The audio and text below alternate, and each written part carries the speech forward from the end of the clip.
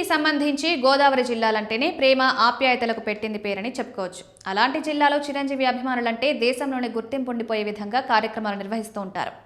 Mega కుటుంబానికి సంబంధించిన టికెట్లు కొనుగోలు కావచ్చు, లేదా వారి పేర చేసే సేవా కార్యక్రమాలు కావచ్చు, పూర్తిగా ప్రత్యేకంగా ఉంటాయి. ముఖ్యంగా ధార్మిక కార్యక్రమాల్లో సైతం చిరంజీవి పేరిట ఆయన అభిమానులు నిర్వహిస్తున్నారు.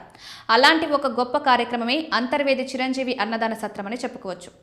అంతర్వేది లక్ష్మీ నరసింహస్వామి కొలువైన దివ్యక్షేత్రంలో స్వామివారి కళ్యాణ మహోత్సవం ప్రతిరోజు 1,00,000కు పైగా భక్తులు వస్తూ ఉంటారు.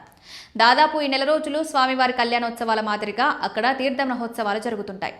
ఇలాంటి తరుణంలో భక్తులకు చిరంజీవి పేరిట చిరంజీవి అన్నదాన సత్రం 28 సంవత్సరాల కిందట మెగా అభిమాని ఒలిశెట్టి లక్ష్మణరావు ప్రారంభించారు.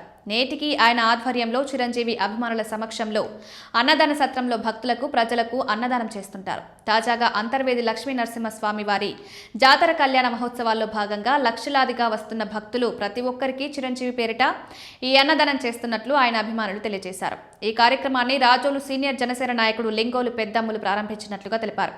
భోజనం అంటే ఏదో ఆషామాషిగా కాకుండా పంచభక్ష పరమాన్నాలు ఉండే విధంగా ప్రతిరోజు అద్భుతమైన గోదావరి రుచులతో భక్తులకు చిరంజీవి పేరిట వంటకాలు పెట్టడం జరుగుతుందని అభిమానులు తెలిపారు.